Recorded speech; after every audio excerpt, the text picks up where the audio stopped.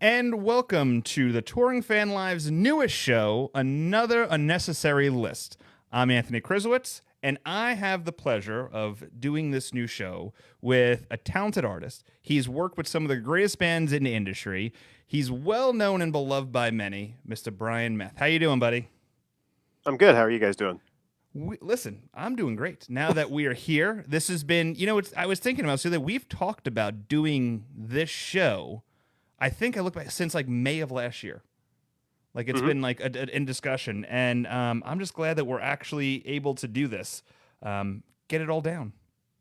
Yeah, absolutely. Talk But about some use music. and useless lists. I mean, because it's funny. The last time you were on the show, what happened was we, as getting into a conversation, this list came up. I forgot what the list was, but we basically, I think it was I a think it top. was. I think we were talking. I think it was about protest songs, Oh, you're if I 100% remember. correct. And it was like, oh, the top 100 greatest protest songs, which are funny because like protest songs shouldn't be on a list because it's almost contradicts the idea behind it in a way. A little Um, bit, doesn't it? yeah, it 100% definitely does. But it was interesting, and so the show totally went for a left turn, and we spent like an hour ripping apart this list. And afterwards, we talked, and I said, this could be something great. And I said, you know what, 2021, let's start this. So this is what this show is. Another necessary list is we're gonna find these lists that are out online, whether it's what we're doing tonight, where it's Variety Magazine's top 10 10 2021 songs of of 2021. 2021, Yeah. which is I'll get into that. Or it could be like the top 10 Jim Carrey movies of all time. I have no idea, but we're gonna find these lists, we're gonna rip them apart. We're going to have our own lists afterwards we're going to talk about, and then we're going to just break it down that way. But I'm excited because, with 2021 over, and 2021 was an interesting year for music because a lot of bands were holding off, putting off music Hmm. from 2020, I'm sorry, and they threw it into 2021. And then there were some bands that haven't released anything in a long time. I So think that's a really good point. Yeah. so it was interesting because I had a hard time making my list for 2021 because I'm going to be very straightforward. I There wasn't a lot out that came out in 2021 that maybe jumped through hoops. I have to agree with you too, and you'll see when you see my list. I mean, a lot of the stuff that I listen to is not from this era, and which also made it interesting for me to listen to a lot of these songs on this top 10 list, and try to just think of them, and because a lot of this music isn't made for me. No. It's not, and that's fine, and that's perfectly fine. Everything doesn't have to be made for me. But yeah, so it was interesting to listen to some of these things. Some of them I had heard, some of them I hadn't. So Yeah, um, there it was was a lot of new stuff. there was a lot of new stuff, and most of it I was just like, there was a couple things that sounded similar in the way it was produced, the way it was sung. It was just like hmm I couldn't get behind it per se. But then there was one thing I was like, you know what? I've heard of this person, and I would have never thought about listening to this person, but it got me hmm intrigued, and I started digging in a little bit more. So it's interesting. But before we do Oh that, well, now I'm intrigued. Now I'm intrigued about who intrigued you. who intrigued me? You say, well, listen, let's get right into this on the list. So Variety Magazine in on December 28th put out their top 10 songs of 2021, which makes me laugh because what if Led Zeppelin reunited and released something on December 31st? Just saying, you rushed the Good coot a little point. bit. That is true. But here is what they said. Let's go. Oh, Jesus, I have too many things Are we going. going 10 to 1 or 1 to 10? We are going to go 10 to 1. We're going to do a Okay. true countdown of things. So this is not this first list we're going to is what Variety Magazine has said. Now, this is an interesting one. Phoebe Bridgers, right? Is that's Phoebe Bridgers? That It's funny Phoebe. feeling. Yes. I've never heard of this person before. Okay. I've seen her on. She was on Saturday Night Live, and so I did see her on Saturday Night Live.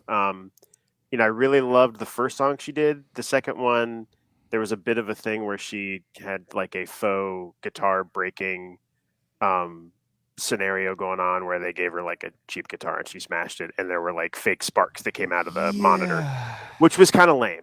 it was. So yeah, so that kind of But then, yeah, so that funny feeling. This is a cover of the Bo Burnham song from Inside, And see which that was that's what I read online, and I was interested because then I'm like, well, yeah, let me go listen to the original, and yeah, the original is really good. hmm And this one, it's if you never heard it, there's some songs I'm just not going to play on here because we're going to get kicked off right away, and most of them are going to be in his top 10 list because these are just like major artists, and I will be cut quick. But this song, it's a very whispery kind of like dreamy, like uh, like almost like folky, but it's like a very hmm quiet singing. Um, you know, it's I didn't know what to expect, but it was interesting. So I started reading the lyrics. Did you listen to any of the lyrics from this song? I did actually, and I don't know if you saw Inside the Bo Burnham. The Bo Burnham. It wasn't a stand-up. It wasn't a documentary. It was a very weird little thing that he had done last year on Netflix. Also interesting. Not quite for me. I know a lot of people loved it, and a lot of people didn't like it. But I was just kind of lukewarm on it. But he's a really good songwriter. I do think Mhm. he writes quite well. Um, but it's a comedy tinged song, and it's not like Rappin' Rodney or something like that. I mean, he's Sure. writing something that's more that's got a little bit more heft to it. But yeah, I mean, I was kind of lukewarm on Inside, but he writes well, I think. Yeah. So here's my thought process. When I listen to a song, right, and I'm thinking a top 10 song right from that year, right, and this is why I hmm felt like this past year was kind of lukewarm in its own sense when it came to music that's going to stand out over the next couple of years. Sure. This song, I just don't think in 5 years' time people are going to be talking about the song. I just don't. Well, I also think it's a song you don't hear, and not that it has to be on the radio, but this isn't a song you're going to hear on the radio. No. I mean, it's not, and I think Phoebe Bridgers has she's got a really good following, and she's going to have a big career, but she's not going to be known for this song. Well, that's the crazy thing because she's had other music that came out in 2021 that was hmm clearly better because that's something I did too. So this is how Matrix style rabbit hole I went through. So because there's a playlist that we made for this entire show, so all the songs we're talking about tonight will be put on an iTunes playlist that everybody can go listen to tomorrow, or if you're listening to the podcast right now, it's available right now. Just go to iTunes, search another unnecessary list EP1 because every month we're gonna do this, so you can, if it's music wise, you can follow along with us. But so I was like, hey, listen, all right, so I don't like this song, but let me see if there's anything else that she's produced or put out there that I do like. And hmm there is stuff that she's done that I like. I don't necessarily know if I go out of my way to be like, hey, we're in the car, listen to it. But if it came on the radio or if it came on like through Shuffle, I would listen to it. But hmm she's got a great voice, super talented, and she's a great musician. She can play guitar. She's not fooling that. So I give her all the credit in the Absolutely. world. But for me, I feel like this is a tide of turning because some of the other music that was on their rest of the list, including some coming up, is hmm eerily similar to the voice that we're hearing right now. Agreed. Yes.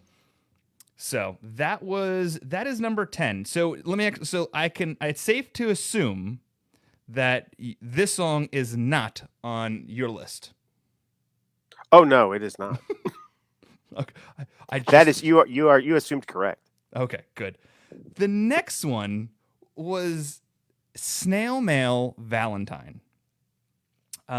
I another artist I had never heard of prior to this. Knew nothing about this artist. Did you know about Snail Mail prior to seeing this list? I did not. I was actually talking to my one of my kids about it, my teenager, and they knew about snail mail. So I was like, "Oh, have you heard this song?" Um, and I listened to it, and this is one of the ones I really liked. I thought that this was an awesome song. I loved it. Had a great chorus. It had a definite grungy '90s vibe, which when you get to my list at the end, you'll see why I like that. But yeah, I thought this was a great song. It was I added it to my Spotify playlist right away, and I really enjoyed it. Yeah, I would say there's another artist where I thought like I was intrigued by what I heard that I listened to her other stuff and I liked her other stuff better hmm than the song. But Okay. there is an artist out there, I don't know if you're familiar with them, that are Baltimore, Maryland called Beach House. Okay. And they're this dreamy, kind of eccentric music that came out in the early 2010s that was amazing. I loved it. And not a lot of people liked it.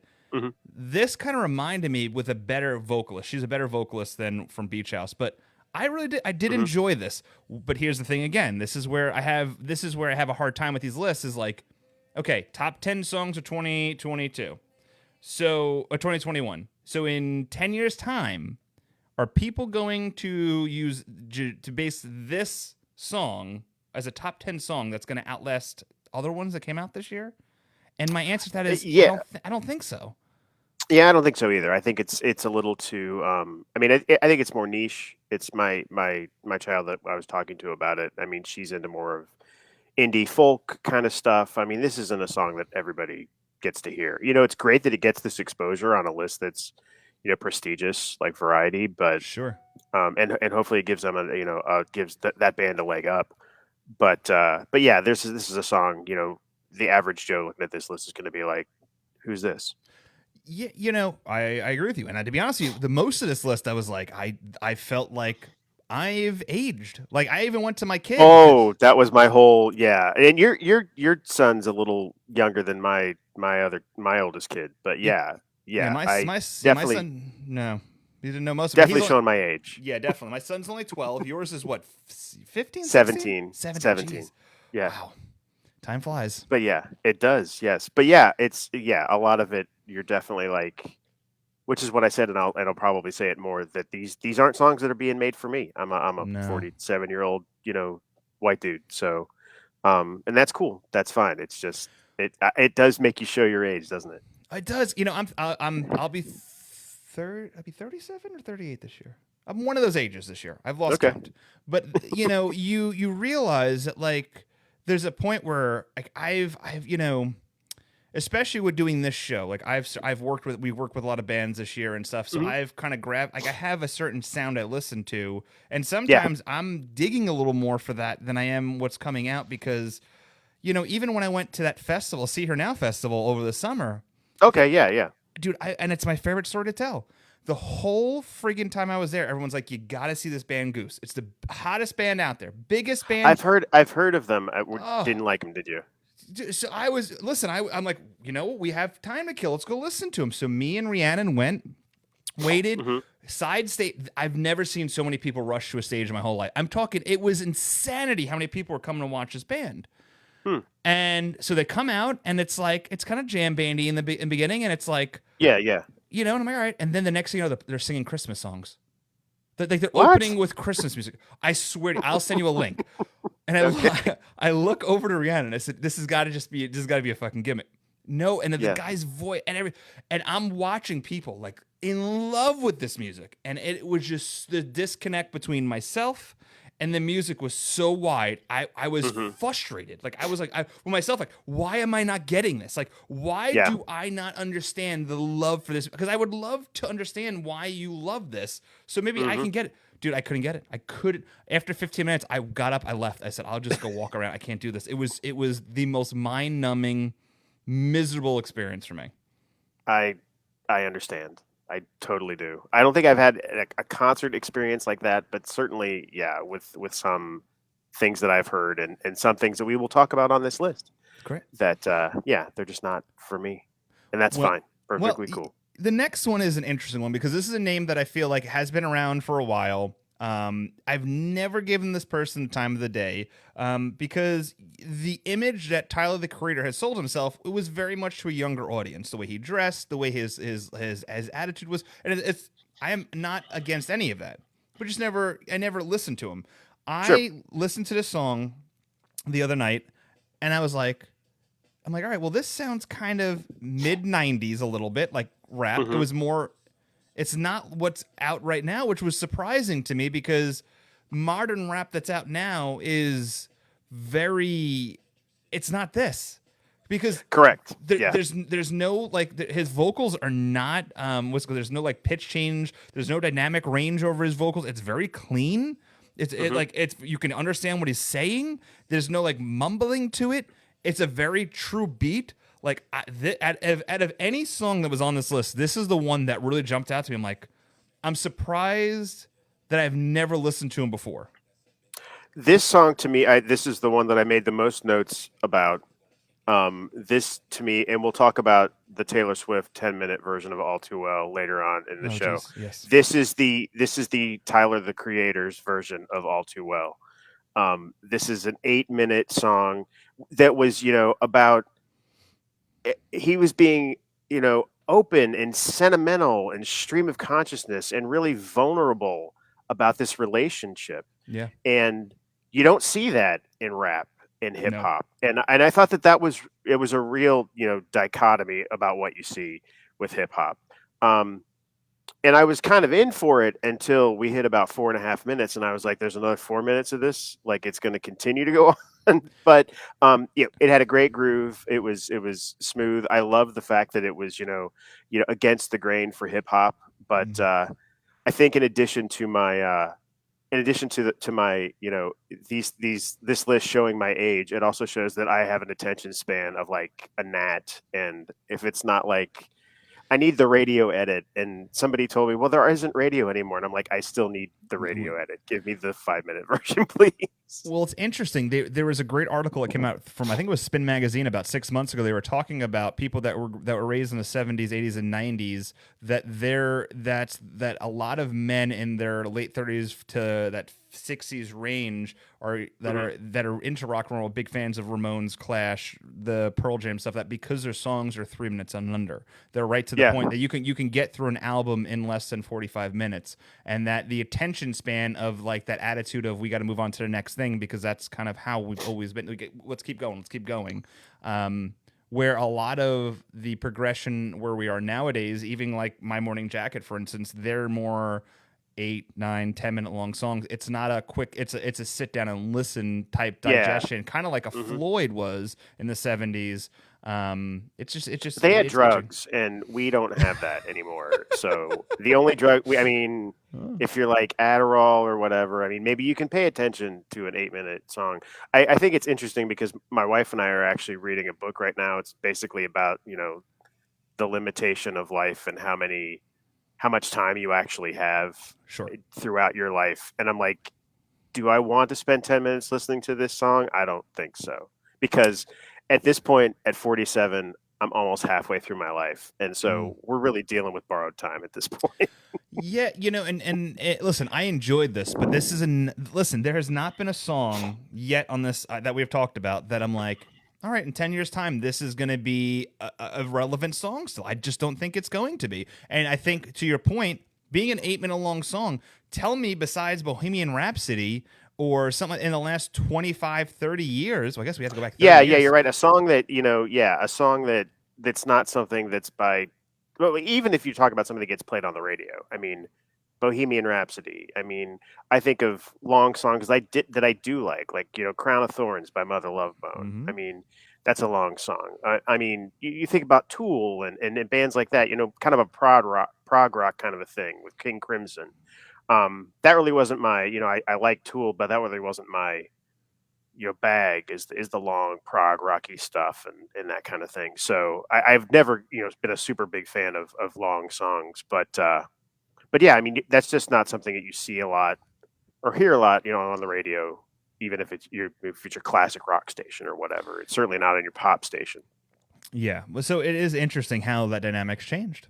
The next one on our song, which I believe are on 10, 9, 8, we're on number 7, which is no surprise that she would have made this list, is Adele's To Be Loved. And listen, this woman can sing. And great voice. Fantastic voice. And she can do anything with it. Oh, 100%. And this will be a song in 10 years' time that will still be around. And I remember buying her first album when it came out because I was very intrigued by her, like her voice, her vocals, and all that stuff. I hadn't listened to her in a while. I like this song a lot. It is a great song. Although here comes my old man thing, it's over 6 minutes long. Over 6 minutes long, and I'm like, that's 6+, perfectly fine. I get it, but yeah, she's got everything to back it up. She's got the pipes, she's got the talent. This song is going to be, this song will be around in 20 years. It'll be played at people's weddings, although it probably shouldn't be, but but yeah, I mean, she just as a songwriter, and as an artist, really opening herself up and just putting it all out there. I mean, these albums that she makes are completely, autobiographical, and she goes at it at a way that I don't think other artists do. I mean, I think Taylor Swift does a lot, but we'll talk about that later. Um, but yeah, just you can't really not a lot of bad stuff to say about Adele. I mean, she's fantastic. Is this someone I'm going to turn on a drive while I'm taking my kid to soccer? Is this something I'm going to listen to while I'm working out? No. But is it No, if something you need a good cry, you need a good cry? yeah, think Or about some old relationships. sure. Sure. Or if Yeah. sometimes when I'm scrubbing my tub with like the rubber gloves on, like you put this on in the background, you kind of just get lost in the memories and you get Why not? Yeah. getting high off the Flooding back. chemicals. Yeah, you Yeah. can't go wrong. That's what I say, right? Me and Adele and some rubber gloves in a tub. That's how we roll. Well, that's what my wife and I were talking about this, and I'm like, yeah, she's not making music for me, and that's No, fine. But I'll tell you what, people love her music, 100%. and she's a fantastic songwriter, and just a really good storyteller, I think. Yeah, she really is, and I think that's what separates her from a lot of artists nowadays is there is a message in her music. Hmm. It's not pushed to the forefront. Her voice is where Hmm. sometimes the message is before the voice, if that makes any sense. Where Oh, it's like sure, yeah, I think so. it's like the message is more important than the song, and sometimes and her voice just carries the two, and it's just beautifully done. And no, she's amazing. And I'll tell you Yeah. something. I mean, I enjoyed her when she was on the heavier side. I thought she was beautiful then, and Hmm. she wanted to do better for herself and lost. And she's gorgeous. She's absolutely stunning. I Yeah, you gotta. I don't know if you watched any of the TV special that she did Yes. where all the celebrities. It was amazing. I mean, she told great stories. I Oh mean, yeah. she's extremely personable. I mean, there's no reason to not like Adele. She's No. just great. No, I Yeah. 100% agree with you. Hmm. Next on our list, as we get to the halfway point of, that's right, 1, 10, Hmm. 9, 8, 7, You 6, got it. 6. Yeah, I think we're at number 6. Yeah, cool. All right, cool. Is Brandy Carlisle's Broken Horses. And this is when I get frustrated, like Oh beyond no. frustrated with this. I love Brandy Carlisle. This is not the best song she put out last year. Well, I'm coming from a place of not knowing Brandy Carlisle's catalog. But I saw her do this song on SNL. Mm-hmm. I loved it then. I think it's a great. She's just also like Adele. She's an amazing talent. I mean, she is a solid songwriter. She has a great voice. She's a fantastic musician. I mean, just yeah, it went straight onto my Spotify playlist. I mean, cannot say enough good things about Brandy Carlisle in general. But yeah, I Oh, really sure. really like this song. Yeah. Listen, I've seen Brandy What quite. is your? What's one of your? What's one of what are? I mean, I'm sure you have other songs of hers that you like better. If I have to, if I'm going to my Brandy Carlisle playlist to see what I've played the most this year from Brandy, I will. It would be. I'm going to my list now. Hold on one second as that loads. My number one song from Brandy Carlisle from her album In These Silent Days that got released last year. Number Mhm. one was This Time Tomorrow. Okay. And that it's a shorter song too, 3:26. Hmm. And then also I like this song "Stay Gentle," which is funny. I say that, and that's also 2 minutes and 28 seconds long. So maybe I am on that category of I like We're short. just living on borrowed time, and we gotta You gotta be. get gotta get It's that productivity mindset. You gotta. Yeah. but But no, I, and so what are your thoughts about? She had mentioned this year that she would like to be the lead singer for a reformed Soundgarden. I'm all in for that. 100%. So I think that'd be amazing. and here's the reason why. And this kind of goes to a point I was just gonna make, and then it just hit me again. Adele, there's a lot of people that say, "Hey, she kind of sounds like Adele." Like there's people out there, "Oh, she kind of sounds like Adele. She could be Adele." Like there's other artists out there that have that sound. There's Yeah. nobody that has a Brandy Carlisle voice. There was Correct. nobody Yes. that had a Chris Cornell voice. They were unique in a way that they were so different. I still to this day believe that Chris Cornell was the greatest vocalist of my living time. Jimmy Page, all that was before me, so that's those don't really count to me. But I believe Chris We need to Cornell. find a then we need to find a list Oh, that yeah, that on will singers because that. but no, Chris Cornell's voice is yes, 100 times yes. So I believe with her voice, it would give Soundgarden a new sound that would, because I mean, if you heard what she did when they did the Chris Cornell tribute a couple years ago, or what they did with that, it was beautiful. It was great. So for you and me as fans of that, and we're kind of open-minded to it, I think we're going to love it. Do I think it's going to be taken well by the community? That's probably not, because people just bitch to bitch, because they're going to be, there's going to be people that love Chris Cornell so much, going to be like, it should never go on. And then there's going to be people that love Soundgarden so much, like, it just doesn't sound like Soundgarden. And when you have to be open-minded. I think if you do it, I agree. I think if you do it as more of a don't do new material and you do the classic stuff, I'd pay for that every day of the week. I think I would love to see it. Yeah, if you did like a Temple of the Dog tour, like they did in 2016, right? Was it 2016? Yep, 2016.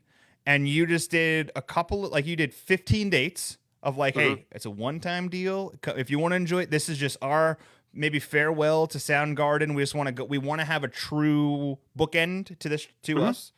Yeah. I think it'd be successful. I think even if you could do the exact same venues as Temple of the Dog did, and it would be just successful. I just need something closer to Ohio, but yes, I agree with that. Well, if they went to which one did you go to Philly? Yeah, I went to night. Dude, that whole story is. I went to night one in Philly. Greatest concert I've ever been to my whole life. Greatest experience of my. I went into it open mind. Didn't have a ticket till 24 hours before I went to the show. Went to the show, and it was. I've never heard that kind of production with the limitation on stage of like of nothing behind them. It was just a band on stage playing music that was perfection. And it just was like every single one of those people on stage was floating on a fucking cloud. It was really mind-blowing. Rolling Stone ranked that as the number 1 or number 2 concert of that year. Yeah. Another list we can go to. I mean, we can there's lists of days. That would be nice. I was actually looking at a list. It was the best Pearl Jam concerts by year. Oh yeah, I saw that. It would aggravate the fuck out of me because it was like these who the fuck like how really like. I was just happy that I went to one, that I had been to one, and that was all that I was like. And there was one that I actually got to go to. Those lists drive me up a wall. It's like the guy's like, I saw Pearl Jam back in 2018, and I'm gonna rank these shows in 2008. Didn't go to one of them. How the fuck? You can't rank something you didn't go to. Yeah, you're right. All right. Yeah. All right. Well, now number 5. Now we get to the one that either we're going to be torn on or we're going to nail it on the head with. Lil Nas X. That's what I want. I loved this song. It was so good. I loved it. It was catchy as hell. It was a jam. I love what he represents. I just love what he does. I love everything about it. I don't understand it. Like, and listen, it's not. I don't care who he is. I just don't get the music. I don't. Can I work out? Banger, man. Sure, I can bang. I can work out to this all day long. Yeah, but I wonder if he. And let me explain this in a way. He's put one album out right now, and his first song was that the cowboy song.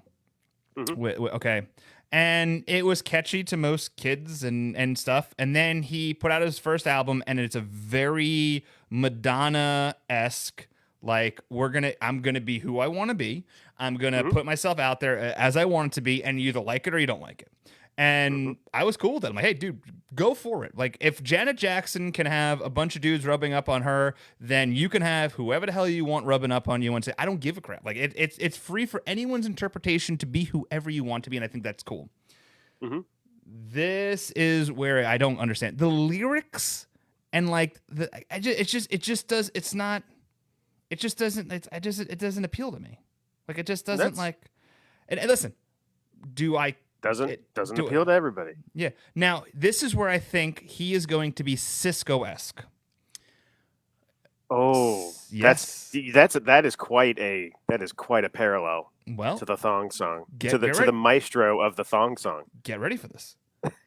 In the year Cisco came out, he had a couple of hits besides the thong song. Right? We only remember the thong song. Yes. He was a part of a collaboration with a lot of artists. similar to Lil Nas X.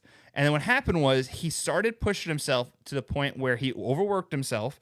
Then he started trying to do too much, and then he burned himself out. And then people got sick of it. I think this potentially could be what Lil Nas X is doing. If I could give him any piece of advice, it would be do a little less and then come back with more. What you're doing right now, right. I think you do have to. I think you do have to leave people wanting more. Correct. I think you look at like an Adele for that. I mean, you get a 2-year Adele album cycle, and then she disappears. Yeah. And then people want more. So I think that, yeah, especially since he's done stuff with very high profile artists, and has gotten quite a high profile. Definitely, yeah. I hope to see him, around a lot longer. So yeah, I think that definitely pulling back a little bit. Nothing wrong with that. Yeah, I think most musicians, especially if you're in the lexicon, the popular lexicon, the way that he is, where you're more of a pop star versus a Brady Carlisle or somebody like that. Correct, because my thought process, the 10-year plan, right? The 10-year music plan is in 10 years' time, you'll know Lil Nas X for that country cutover song. I don't think you're going to know him for this one. I do have to say I loved that. I find it weird that that Montero, that Call Me by Your Name, was not on the list. Surprise! Yeah, because I think that is a better I think that song. Was a bigger. Yeah, I think that was a bigger, and maybe that was their way of being like, we're going to put Lil Nas X on the list. We're just not going to put his big hit on the list. Well, I'll tell you right now, I think that if you look at the top 50 of this entire list, I really think they did that with most of the songs. They went with the more controversial one or the more like different one than the actual one that was the popular one for the year. So it's just, hey, everyone makes their list. Got to do what you got to do. That's the thing. Yeah, it's definitely. I mean, it is what it is. That's why we're having this conversation. That's why we're having this. That's why we are ripping apart a list made by someone who made a list about things for a list. All right, exactly. Next on the list is Amy Mann. Suicide is Murder. I love Amy Mann. I've seen her several times. I've done work with her. I've met her. She's amazing.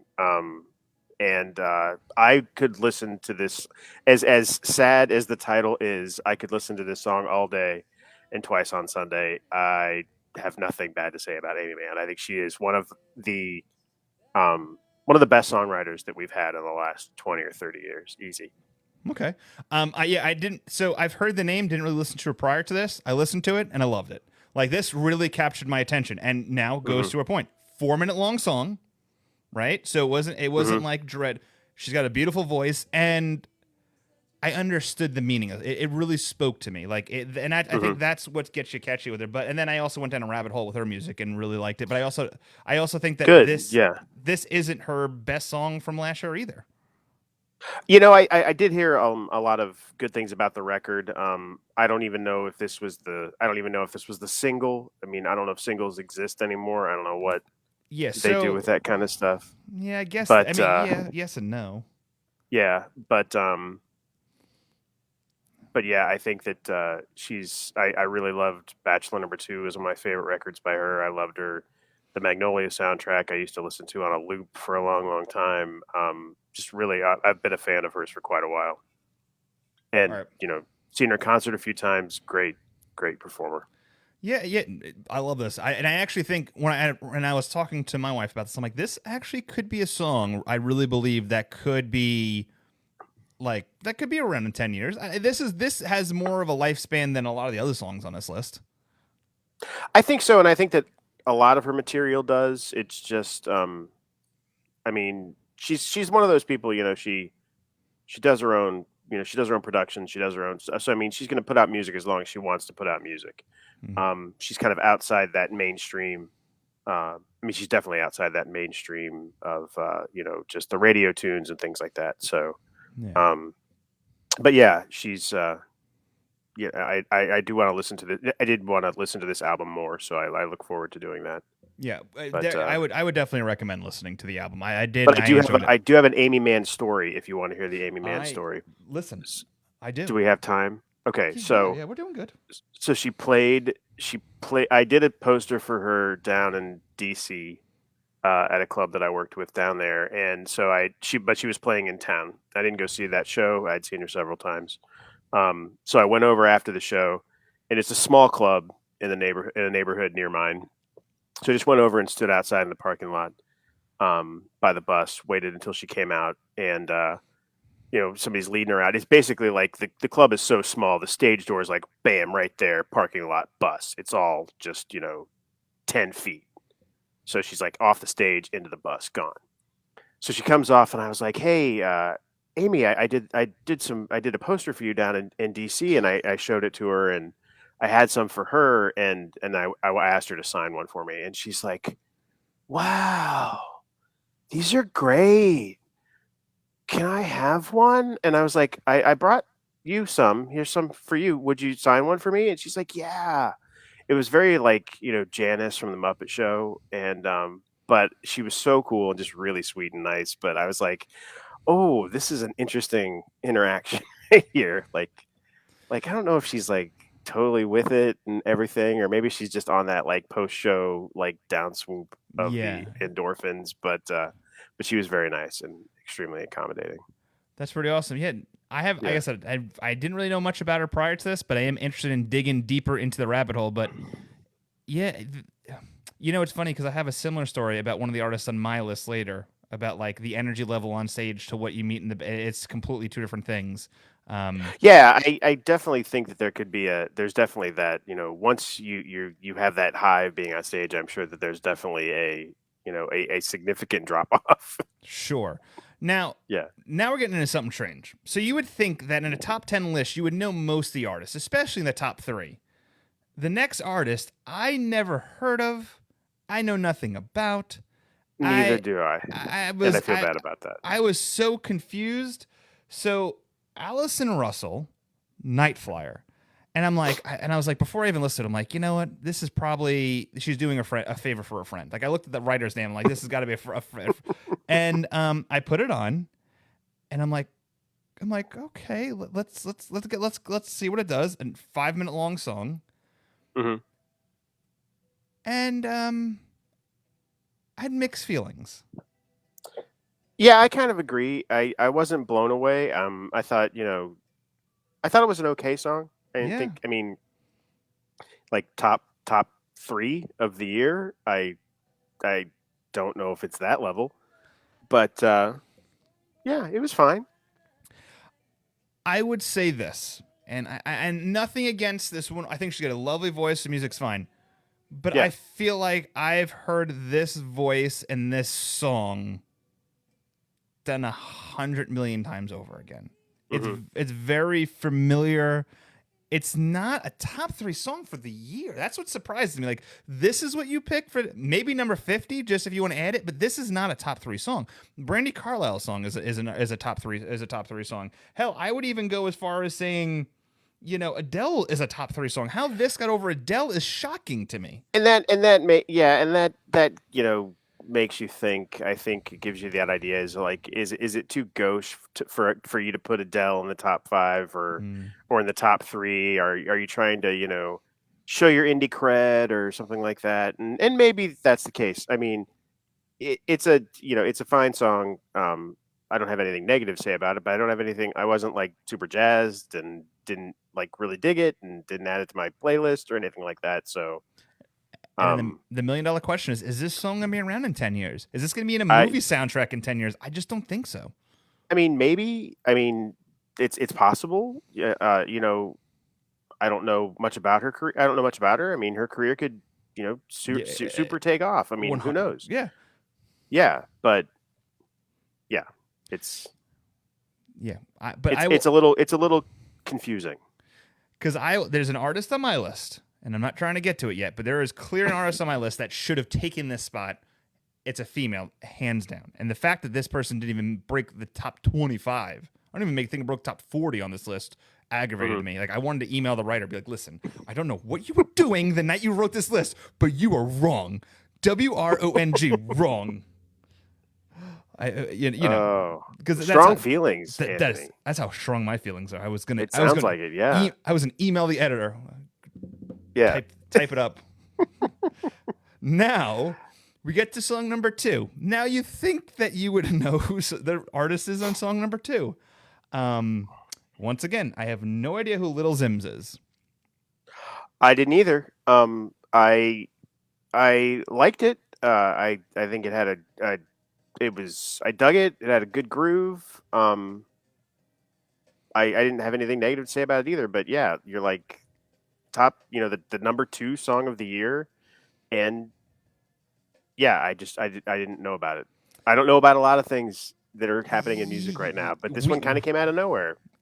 And I'd like to listen to more and see more of what they've got going on. But if But yeah, and number if 2. we as we're looking at things like we were just comparing the last 2 songs, I would think that I would swap this and Tyler the Creator personally on the list if we were doing things. If this was supposed to be in the top 10, I listened to the song twice to try and understand it. Once again, trying to get connected to it a little bit, Hmm.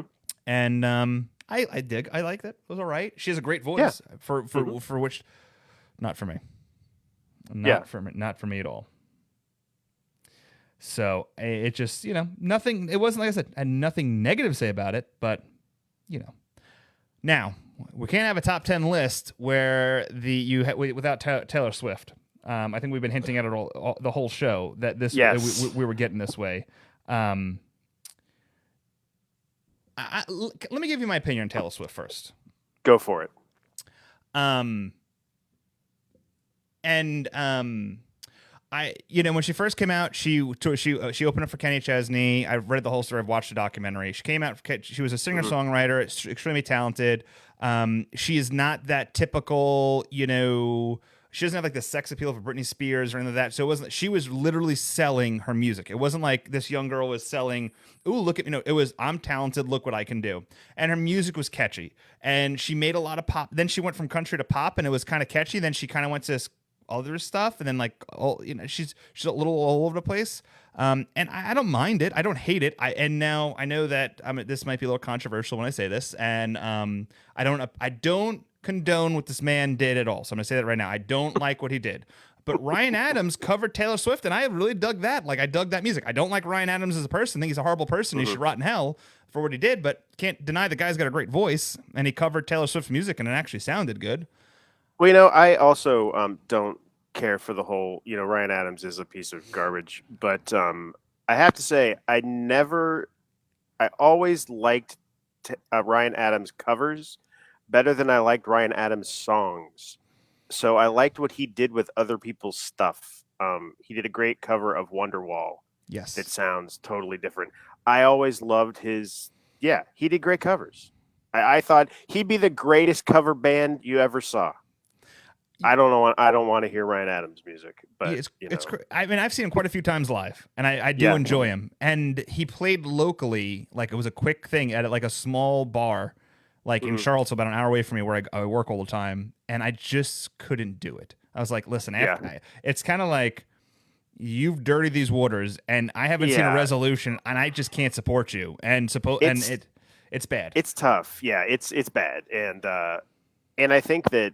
Yeah, it's bad. Let's just leave it at that. Yeah. So now, but Taylor. But Taylor. So the American prodigal, the daughter of America. I call her that. She's American's daughter.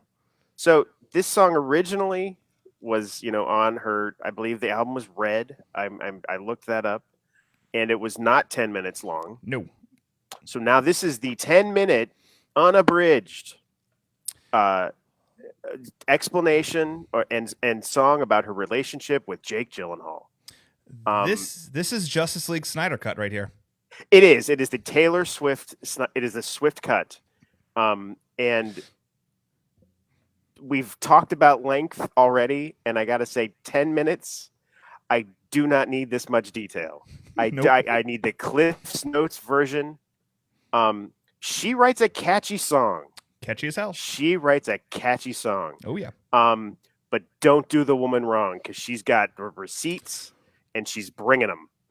Oh yeah. For as long as she can. Yep. And in this case, it's 10 minutes, Mr. Gyllenhaal. So I'm glad that people like her music. It is again not for me. No. Um, and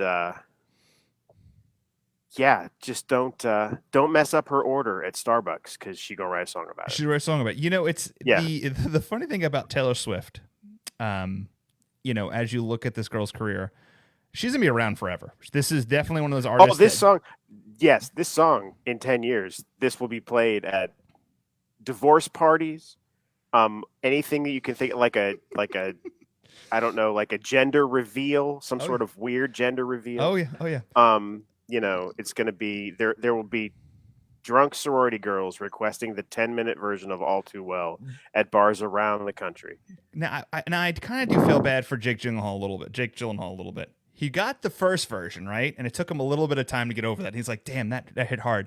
And then he's like, bam, now I got another song coming out. It's 10 minutes long. Like this poor guy. See, I don't think he cares. I don't think he cares one bit.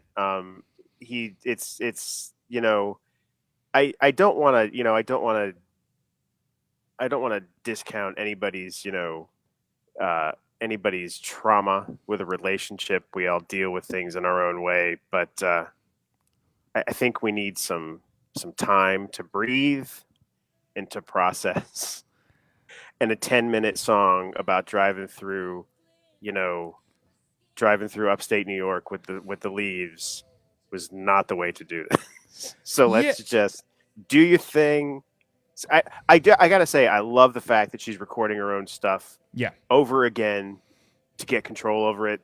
That's brilliant. That's like, Prince level Yeah, change your name kind of stuff. outside of the box, looking. I mean, she really was smart to even think that. I mean, that's genius. Yeah, and she's a smart businesswoman, and she writes catchy songs. But you know, let's move forward, Tay. Let's move forward and not look back. I agree with you wholeheartedly. So now we get to 10 songs. Out of those 10 songs, how many of those songs do you honestly think in 10 years' time are going to actually be relevant as they are supposedly at this moment, based off Variety Magazine's top 10 of 2021? I'm going to say, obviously Adele, Yep. Adele and Tay are going to will be around. Oh yeah, I'll give you Tay Tay for sure. Tay Tay Lil for sure. Nas and Brandy. I think that Brandy will be bringing up the rear there. I hope these other artists, and I love Amy, my man, personally, so I hope she's around forever. But I hope for a lot of these people, especially these people that we haven't been aware of, that this gives them a boost. Yeah. And Variety's a big platform. I'm super excited for them for this to boost their careers and to see what they do. I hope that they continue to make music that's well received by the public, because I'm all about people doing their thing and making their music. Oh, I'm all about the arts. Love the arts. Hell, that's the reason why I create Touring Fan Live, is the support around the community around music, arts. That's what kind of feeds us. That's what makes us, right? And I think we need to support that. But I was shocked as shit, like how many things I thought were off this list. Now, once again, I am a different breed than most, so my music creation and listening skills and abilities or whatever is going to be different. Well, than I most. I would like to hear. I've heard so much about your list. I'd love to hear about your list. All right, so I was gonna play the music, but then for some reason you were getting feedback in your ear, so I can't necessarily do that. Right? I can dig some feedback if I can hear some of your music. All right, let's do that. Let me plug this shit. I'll just be quiet. Yeah. All right. Yeah. Yeah. We'll just do it for this, and hopefully it doesn't fuck up everything. Hold on. All right. Oh shit. Oh Christ. All right. There we go. All right. So, are you ready for my list? You should know most of them, I think.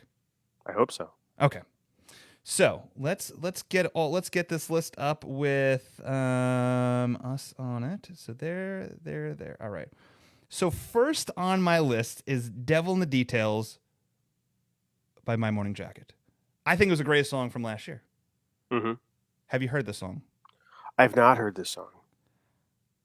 I know of some of these bands. No, I know most of the bands. Okay. Obviously, but so I'll yeah, play a not that song. snippet from everything. And so Okay, you've cool. not heard this song before. I have not. No. Dude, this album was album of the year for me last year. Mm-hmm. There's My Morning Jacket, I think, is probably, they came out too late.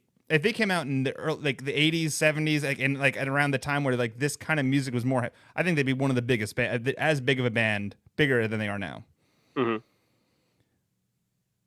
But yeah, go. I don't want to play more than 45 seconds, otherwise we'll have to start paying royalty fees. So No, you're good. That's number one. So huge. Okay. Number two was St. Vincent. St. Vincent, first of all, how this song wasn't on a commercialized Variety magazine's top 10 list is mind-blowing. Because this in My Morning Jacket were neck to neck for the best album last year. Mm-hmm. And St. Vincent, to me, is one of the greatest female artists out right now. Did she have any songs on the list? She didn't make none, no. Oh, you're kidding me. Wow. No. That's a shocker. So here's my quick St. Vincent story. I photographed St. Vincent in 2012, actually, when we first started talking. Okay. Photographed the show, and then it was at a small club. I saw it with like 200 people. It was amazing. Oh, wow. So she was, and if you've ever seen Those St. are the Vincent, best shows, too. You see them in a small place. Amazing. After the show, I meet her backstage, and I'm thinking, and I've heard all these, the stories about her with, the Polyphonic Spree, how she was crazy and all this stuff, whatever. Was she in Polyphonic Spree? Yeah, she was a guitarist for Polyphonic Spree. I had no idea. Education. We're educating people to see. Hey, I'm learning things. There we go. Dude, I met her backstage, and she was like, I was like, hey, I said, you're the best female guitarist I've ever seen play live. I said, I said, that was such an amazing show, what you did out there with and she's like, thanks. It just takes a lot of time and effort to really put myself out there, and I just want to make sure everyone's happy. Never cracked a smile, nothing. Really? I said, oh, great. I'm like, do you mind taking a picture? She goes, well, I'm like, you know what? I was like, don't even worry about it. It's all right. It's no big deal. Don't worry about it. It's like, I appreciate it. Yeah. And then the photo I took from that show, it was at the Charlottesville Jefferson Theater, was used in the promo for her live shows for Charlottesville the next year. Oh, awesome! I know. I have a big poster of it somewhere in here in my studio. I will have to pull it out one day. But yeah, it was such an amazing show. Back when I was religiously photographing concerts back 10 years ago. Jesus Christ! Wow. Yeah, a long time ago. Number 3, which this is the single off of the new album that comes out in March. Have you heard of In Need of Repair by Band of Horses? Yes. Love this song so much. Mm-hmm. And Band of Horses, I've seen them so many times. This is one of those bands that they could be, as long as they're within 6-hour drive, I'll go see them. Yeah. But this is my clever kind of just easy listening. Band of Horses is great music, and I'm glad that it's finally coming out. It's taking forever. Next on the list. So did they put the album out? Did they put the album out last year? Or No, they put out 2 singles last year for the album that comes out March 5th. Yeah, the newest single just came out 2 weeks ago, which was I forgot what it's called. Something. So I was scrolling through the variety list. There was a St. Vincent song at 15, but it was a Christmas song. Yes, and that's off of the soundtrack of the movie that came out last year. Okay. Which is, like, once again, I think that's them pulling, like, hey, we're going to be completely different and not going to pick off of the actual album. We're just going to pick something. Yeah. Listen, Daddy's Home by St. Vincent, first of all, I've said this a million times, I believe St. Vincent is a modern-day David Bowie, how she creates a character for all of her albums and creates a story around it. It is amazing. As a matter of fact, I think I'm wearing a St. Vincent shirt from the tour I saw her on this year. Under the under your My Morning Jacket. Oh, You're representing one and 2. Yeah, they check it. I am wearing a Daddy's Home St. Vincent shirt from the tour I saw her on this year. This absolutely amazing. She's an amazing artist, and I think she's so underrated as a musician. I don't know. Now, the next artist is a band that I found out about this year that someone said, hey, have you ever heard of Manchester Orchestra? I said, no, never heard of them before. They said, you got to listen to this new album. And I was in Kansas City. I put it on, and Angel of Death, I'm assuming you've heard of this band. Mm-hmm. Okay. This song I have. is like phenomenal. Like I never heard of this band before, but this was a big one for me. Mm-hmm. Cool. Was this like? Did you listen to the new album this year or no? I have not. No. Okay, so I would highly recommend it. Okay, cool. Now we're getting into a little more obscurity. Now, Paul and the Tall Trees is an artist I found out about from Rob Benson from Stereo Embers. And I've become really good friends with Paul and the Tall Trees. And they put out an EP last year. And I do have permission to play the whole song for this, but we can play most of it because there you go. This to me. Have you ever heard of this song before? I have not. No, I'm interested. Oh. Where are they from? He's originally from New York. They're out of Austin now. Okay. So he originally, Charles Bradley, right? I don't think I do. He was like a soul singer. Okay. Okay, so he was a backup singer to Charles Bradley for years. Charles Bradley passed away, and then he started going on his own. But okay. I don't know if it's your cup of tea. No, give it to me. I actually, are you playing it? Because I can't hear it. You can't hear it? Oh. I cannot. There we go.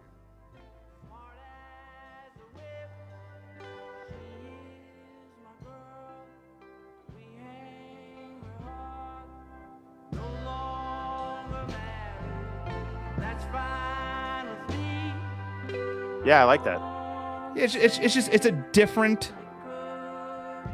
It's interesting. It's funny thing is I've been playing music the whole effing time, and I had it on mute on the damn soundboard. So anything I was playing in the last couple of minutes absolutely meant nothing until this song came on. But yet, no. I've said that Paul and the Tall Trees, he writes music that should be in Quentin Tarantino films. I really believe that. Like all of his music fits like a Tarantino soundtrack. Mm-hmm. No, I like that a lot. Next is another artist that we've gotten to know because of Touring Fan Live, and that's Jackson Pines. And they put out a song for Anthony Bourdain in tribute to him. And often the latest album that came out this year, Close to Home, and they're out of New Jersey. I got to see him at Asbury Park at See Her Now Festival. This, another song I could play most of too because I have permission. I really dig this. Hold on, give it a listen. Tell me what you think. Cool.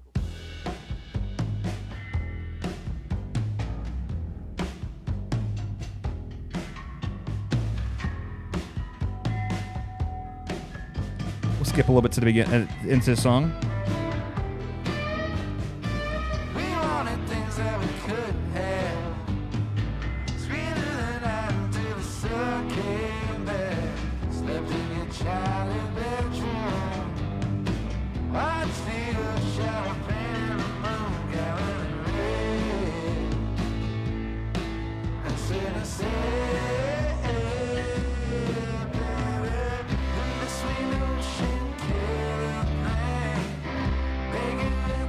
So I would, if you're into that, I would highly give it a listen.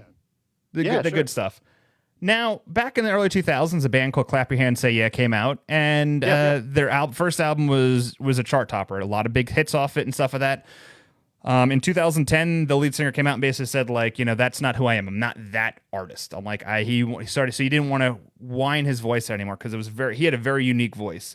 This year, he put out New Fragility, and the single off it was probably the only song off the album I actually liked. But I've always liked him. I got to see him live a few times. Good stuff. But the album itself overall was disappointing. I was sad to say. He even wrote a song about like the first album. But I really do like Clap Your Hands, Say Yeah. Yeah. But this is kind of like, I'm thinking about like, this is like My Little Nas X. Like, some people are just going to be like, what the fuck are we listening to here? And I like it. Yeah, no, I like it. The next one is Foo Fighters Waiting on a War, which another one I think, and I know that people love Foo Fighters, and it's called Dad Rock. I mean, that's really what they are, and I love them. Yeah. But this was the only song off the album I liked. I did like this. I like the first single. My daughter and I went and saw them. I did the poster for the Cincinnati show this year. And we went, and it was so fun. Great time. They didn't play anything off the first record, and I was really disappointed. But overall, it was great. With the Foo Fighters too, and this is what it's kind of like Nine Inch Nails. I like seeing bands multiple times, like Pearl Jam or My Morning Jacket, or But then after the second show, you're like, wait a minute, they're only playing one different song, and everything else is the exact same thing, and they're saying the same. It's like, I used to be a huge U2 fan, and then after seeing them a couple of times, I'm like, it's the same show 3 years ago it is now. Even Bono came out this week and said, I couldn't believe that he can't stand some of their songs. Yeah, and it's funny because their name. I really think that he hates the album Pop. Like if you read the whole article, I really think that he despises the album Pop, like hardcore. Like I really think that's the album. Discotheque is a great song. The only one. But yeah, and I actually saw them on that tour. Oh, really? Which was disappointing because they were playing and lots of people are like, oh, great bands are opening for them, like Rage Against the Machine and all of these big bands. And I go see them and the Fun Lovin' Criminals are opening up. And it's Scooby Snacks. Oh. And I'm like, come on, you can't get something decent? Yeah, dude, I saw the Stones in Charlottesville 2005, and the night before Pearl Jam opened up for him, and the night after Pearl Jam opened up for him, and then I had to see Trey Anastasio open up for him. Oh, that's sad. Yeah, I was pissed. Yeah. I was not a fan. And then that's when they had a bomb threat and half the show was canceled. It was fucking nuts. But yeah, so Foo Fighters, I could take it or leave it, The next one is... It was a great show. They played all the... Oh, yeah. All the hits, It was so much fun. They know how to win their fans over, 100%. And the people, even if it's your first concert you've ever been to, Foo Fighters know how to bring you in and really let you enjoy it. Next on my list is Candlebox, band from the 90s. They came out. They came out. Record? They have a new record, and their new single off it, "My Weakness," which is amazing. We had Candlebox on the show in the middle of last year, and they talked about is Grusin playing the drums. Yeah, Candlebox came on.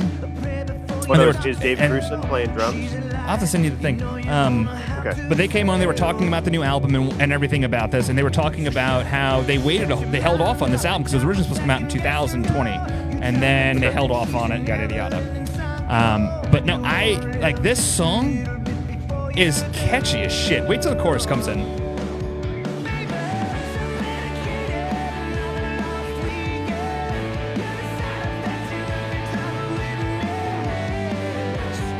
Getting a Kings of Leon vibe. So, if you're a Candlebox fan, it's different than the old Candlebox, of course. But everyone changes. A little like Kings of Leon.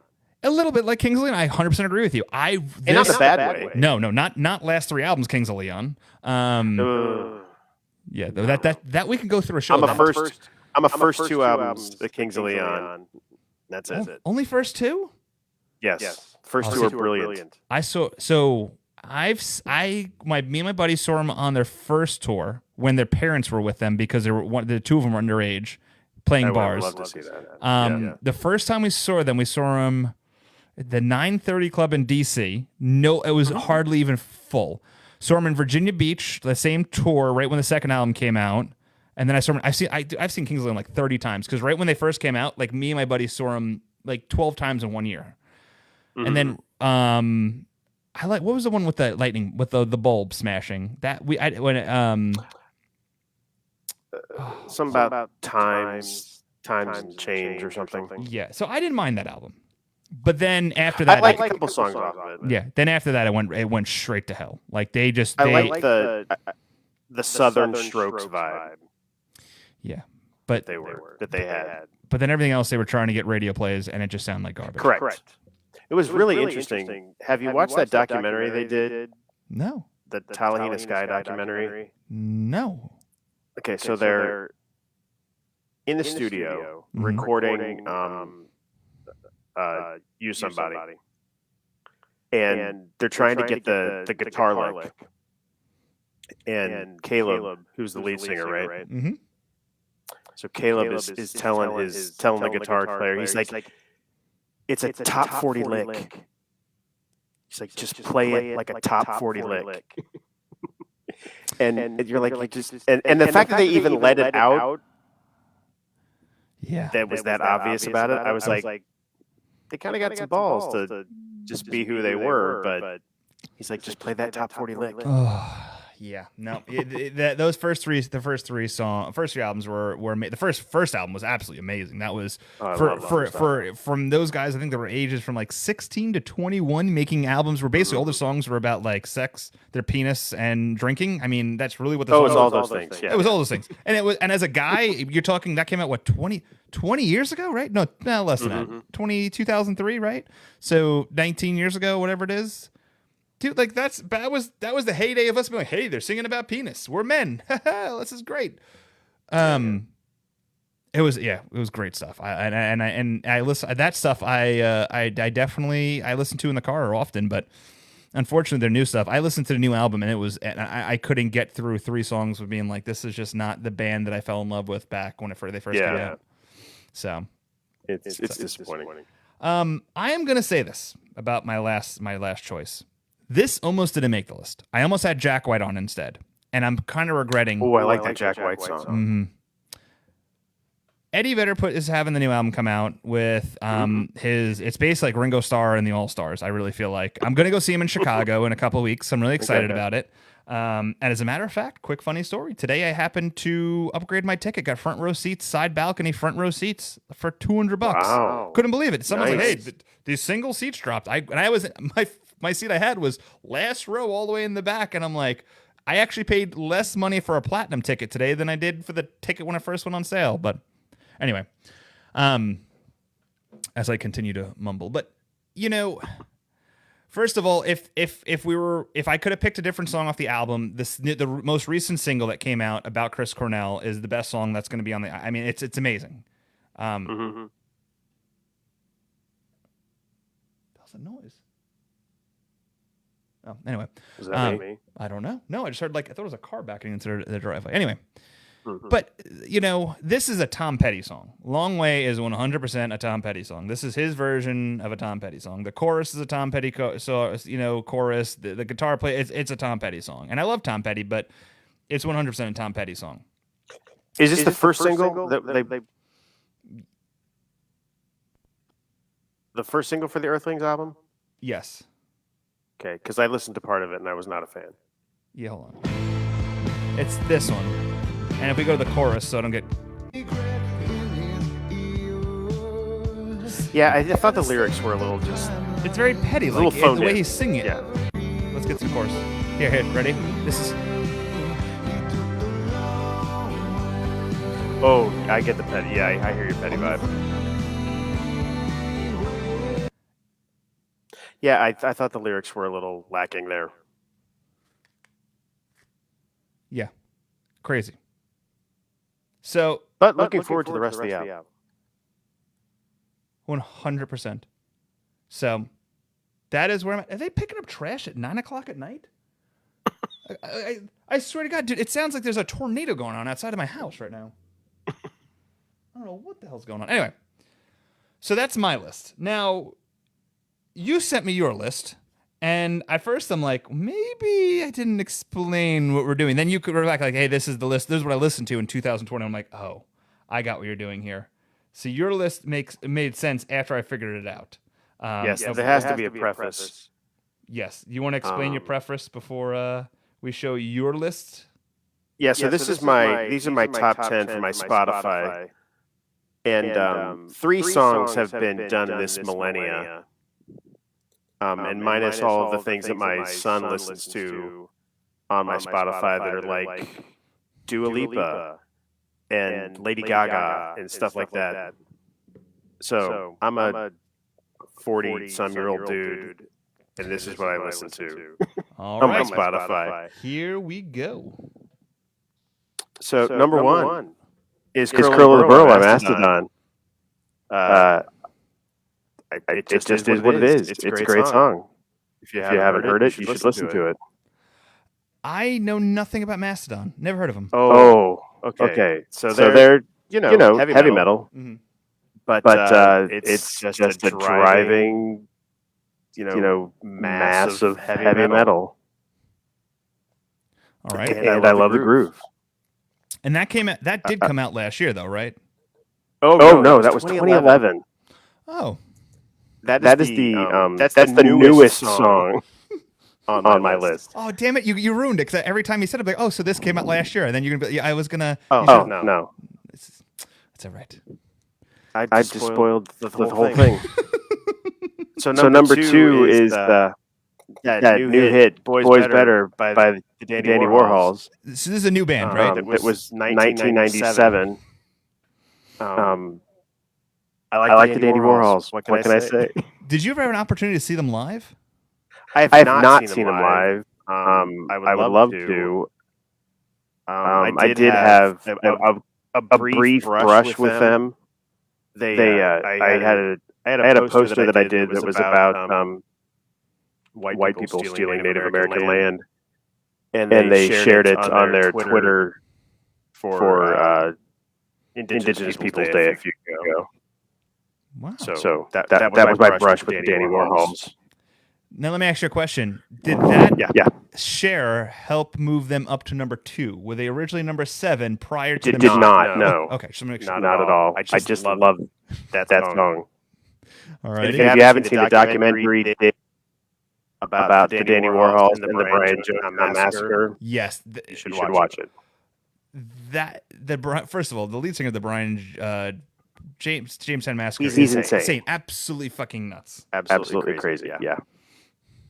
So number three is the new hit from Everclear, Santa Monica. I heard it's catchy as hell. I'm a little more partial to Heroin Girl, but apparently I enjoyed some Santa Monica. The story that I have about Everclear is that my wife and I used to go to Portland to visit friends we knew there, and we would see Art Alazakis everywhere. Really? He'd be at Kitchen Caboodle or the mall, just hanging out. Wow, that's interesting. Yeah. We all have to get our kitchen stuff somewhere. So number 4 on the hit parade is Winona's Big Brown Beaver by Primus, which I never turn off when it comes on Spotify.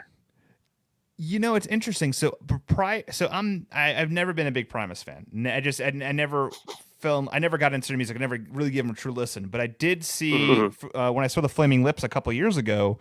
They had the Lennon.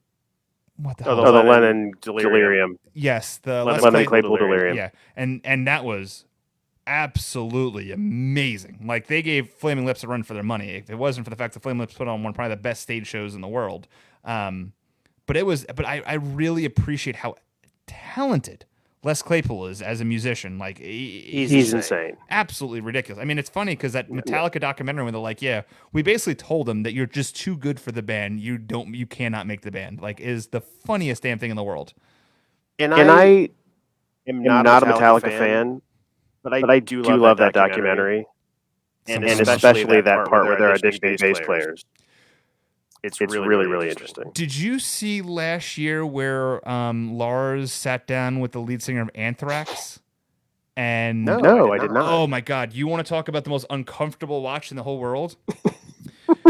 The lead singer of Anthrax sitting on the couch.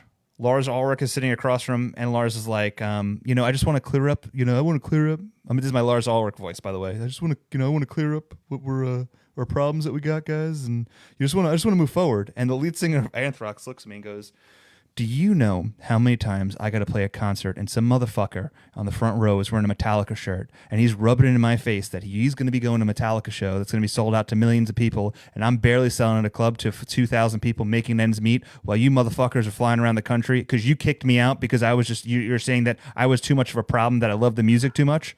And then, dude, fucking Lars sits there and he goes like, well, I tried, my best to make this work, and dude, the whole, and then it gets really awkward because it's like you could see that like the lead singer of Anthrax has a fucking point. Like, he's like, there was no reason to kick me out of the band. I was a hell of a guitarist. You kicked me out for no reason. Like, I didn't realize that Ride the Lightning, that's all him. That's like, I had no fucking idea. He's like, he wrote like most of the guitar parts to that album. And he's like, I have to fucking hear that music and realize that I get no. You mean You're the guy talking about the Megadeth guy, right? Megadeth. I'm sorry, not No, it's all right. Yeah. This is my limited knowledge on 80s hair metal. But yeah, and he's like, I hear those fucking riffs on the radio, and to know that I don't see a single penny from any of them, well, you guys consistently get rich off them, and you don't think I should be pissed? And the whole time I'm like, how the fuck did anyone film this? Like, because, and the fact that Metallica released it, like, it was crazy. Yeah, sorry, Ryan. I'm getting people screaming Megadeth in the chat. Sorry, Ryan. It's Megadeth. Yeah. So, look that up later. It's Megadeth, Lars Ulrich, and watch how little he makes Lars Ulrich. And it's I don't mind anybody making Lars feel little. Yes, I saw them live, and it drove me nuts every time he hit a fucking cymbal, and he'd jump off the chair. And then he'd get back down, and then he'd fucking play, and then he'd just walk around the stage. And like, sit down. I saw them. They toured for the Garage Inc. tour, and I saw them at an amphitheater. It was the rowdiest thing I'd ever seen. They tore the sod up and threw it at the people that had seats. So the people that were in the amphitheater, people on the lawn, tore up the sod and threw it at the people that had seats. And I was just on the lawn like, why are you doing this? Oh, man. I saw them, I don't know what tours, it was like 2012 or something. And they had Lamb of God open up for them, and I've never felt so uncomfortable my whole life, like, because I'm like, this is really satanic music we're listening to right now. And I'm like, I'm not trying to get overly religious from it, but I'm like, I got Danzig. Oh, did you? Who opened for my show? Yeah, I had Lamb of God, and there was a band that opened up. Who was the band that opened up for? There was like the opening band, which was like a screaming like that. Oh, that's my favorite kind. I was like, what? I'm like, is the guy okay? Has anyone checked on his health? Like, I feel like we should be concerned about this man. Like, something tells me that this. But yeah, no. So Metallica, but I will. Hey, talk about last year. Metallica had it, and I almost had Saint Vincent on this, but Saint Vincent did a cover of "Sad but True," and My Morning Jacket did a cover of something too. But they had a whole Black Album cover. Didn't they do the Black Album? Yeah. Yes, and it was phenomenal. Like there was some of those artists, like there's My Morning Jacket did. I forgot what it was, but they made it like it was a My Morning Jacket song, and it was creepy, but it was great. It was definitely a good listen to. So what's next on the list? I'll tell you who was not on that album. Dinosaur Jr. They were not. Who dropped the Diddy Feel the Pain in 1994. They did, and didn't they release a new album last year too? I believe that they did. Yeah. I don't think I liked it, but I love Dinosaur Jr. I do love Dinosaur Jr. And I love Feel the Pain. That is a great song. And isn't that one of those songs? It's like a dad, like it's like a Phil Collins like song where it's like when you hear that cork pop, it's like, oh yes, oh we're going there. This is where we're going. Cork's pop. We're going on a ride. We're going on a ride. We got it. So Six is the only Fish song that I like, which is Down with Disease, which is they probably don't ever play it live anymore. Also released in 1994. I am not a Fish fan, but I love the opening bass line. I'm not a big Fish fan either, but I love that song. I saw Fish at the Hampton Coliseum. Like a buddy of mine had an extra ticket. I'm like, hey, listen. People say they're great. I love good music. I was 37 minutes into the concert. I'm like, hey, when is it? Is like when's the next song? Like he's like, oh, dude, we're like 8 songs in. I'm like, what? Like, no. I'm like, the guy hasn't even fucking talked. It's the same songs. No, man. Oh, no. Song number 9 started. I'm like, what? It's a fucking, when did it start? It's one giant song. It felt like it. So number 7 is One Arm Scissor by At the Drive-In, which was released in 2000. Yeah. Oh, newer. Yes. I did. Very new. I did get to see this band live. Did you see them on the reunion tour? No, I saw them at 2001 on Long Island at Looney Tunes. When I was living on Long Island, they had this place called Looney Tunes, a record store, and they were doing a release for something, a single, or I forgot what it was, but I had gotten a ticket and I got to see them, and they were never invited back there again because they were told it was supposed to be a mellowed down version of their song that didn't give a flying fuck. They don't do mellowed down No, versions. no. And that's why I like them. And I remember they started crowd surfing, and during One Arm Scissor, a fucking crowd surfer hit the damn mic stand, hit the lead singer in the mouth. They stopped the song halfway through. I never got see the whole version of it, but the show was absolute. I mean, it was as close as I got to seeing like Rage Against the Machine, because I really believe that At the Drive-In had the ability, if you watch the documentary about them, about when they broke up the first time. They wanted to be political leaders in 2000. And in 2004, they wanted to turn their message into to change. Like they wanted to utilize their music as change, and it just didn't work for them. And that's when Mars Volta happened and all that. And that's a whole other rabbit hole. But no, At the Drive-In, really, that show that I saw was as close as I got to like seeing like Rage Against the Machine when they were playing like record stores in '92 and like San Francisco and everywhere in California. Yeah. There's a great on YouTube. Their performance of One Arm Scissor from Letterman was great. I mean, they're just off the wall. Yeah. So number 8 is Welcome to Planet Motherfucker by White Zombie. Mm-hmm. I think that's all you have to say about White Zombie. First concert I went to, 7 years old. Really? White Zombie, 9 Inch Nails, and the Jim Rose Circus. That is a great concert. That's when I got along with my father. And it was either you take me to your concerts you're going to, or you don't go. Because he was a young 20-something-year-old man, and I was a 7-year-old. And he said, "All right." So I was Nassau Coliseum, Long Island. I was on my father's shoulders for 9 Inch Nails, White Zombie, and Jim Crow Circus. And I don't know if you remember what the Jim Crow Circus was. I saw 9 Inch Nails, Marilyn Manson, Jim Rose Circus, and Marilyn Manson was awful. Yeah, this is like Lunchbox era, and they were the worst band I've ever seen. I'd have to think I think they got better. No, but they were bad. I've seen them twice, and it's been years apart. And every time I saw him, it was just like he tries too hard. Yeah, it's too much about shock. Yeah, just songs. Correct. He's one of the few artists where I'd rather listen to it on CD than see it live. Yeah, absolutely. So number 9 is Now It's On by Granddaddy. Another song from the 2000s, 2003. Just a good little jam. And sometimes we just need that in life. Yes. And number 10 is from 1995. On a Rope by Rocket from the Crypt. I didn't even know who this was until I started listening. I listened to it, and I really enjoyed it. Yes, they're a very good band. So but there were other songs that I did actually like from last year. I don't know if you've heard Shay's Lounge by Wet Leg. I did. Yeah, I'm very familiar with that. I like that song. Very much. I was a little disappointed in myself, especially after talking to Brad Lang very well. He's a very good friend of mine. Yeah. And I texted him this list this afternoon. He's like, how did Jack White not get on your list? And I'm like, son of a bitch. I'm like, I already fucking created the graphics. I can't go back. Like I can't. Like there's no going back on this.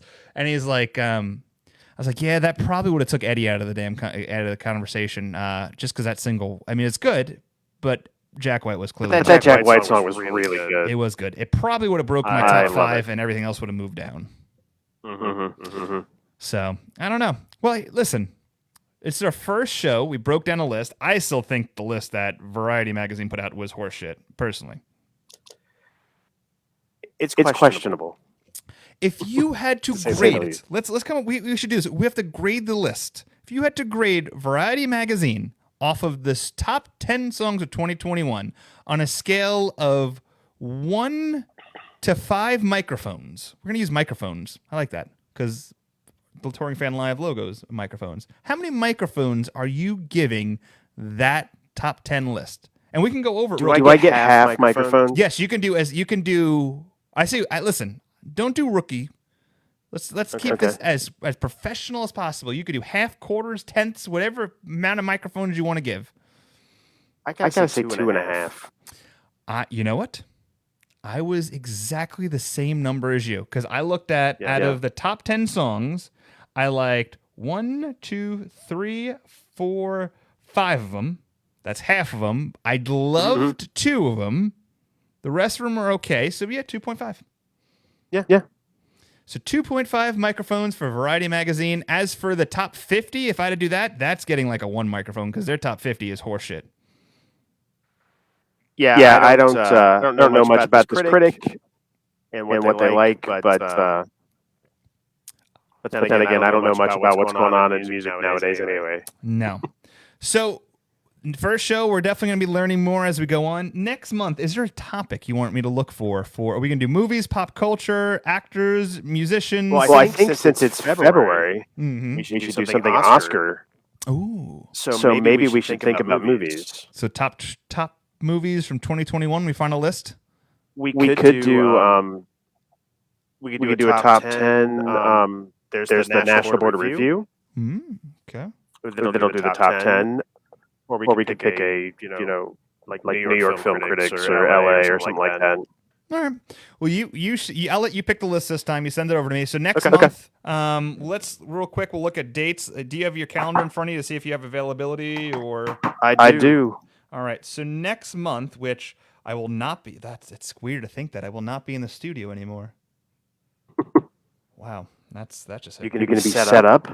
Yeah, I have permission at a couple breweries and wineries. They're going to let me use back rooms and stuff. Nice. Yeah, so it'd be kind of cool. Be traveling a little bit. Do you want to do the? Oh, you know what we could do too.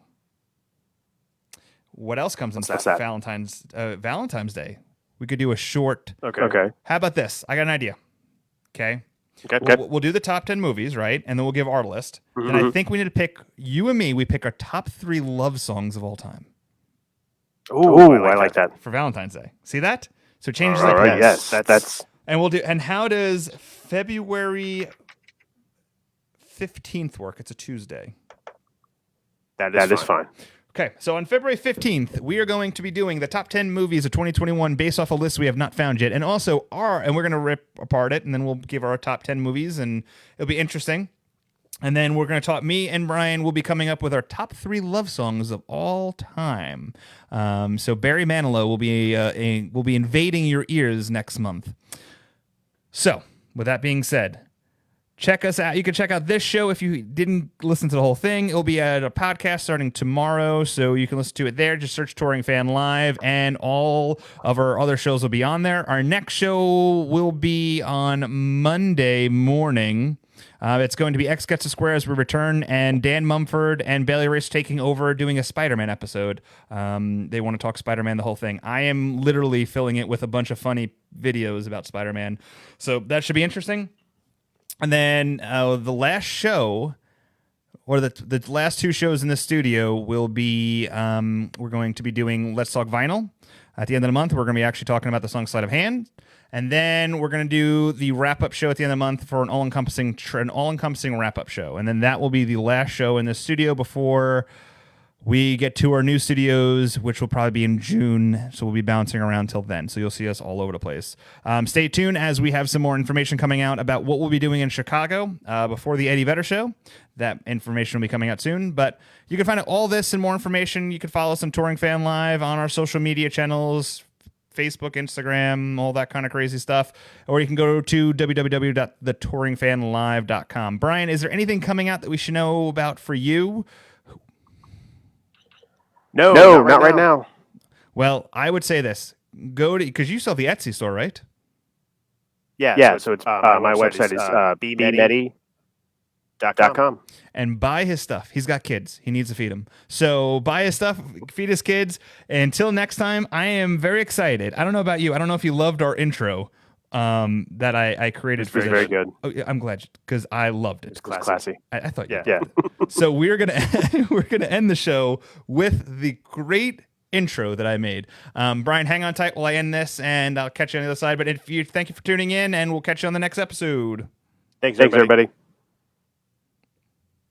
Oh, well, I guess the video doesn't want to work. So we'll just end it with this one. Just, of course. What the heck? Let's do... There we go.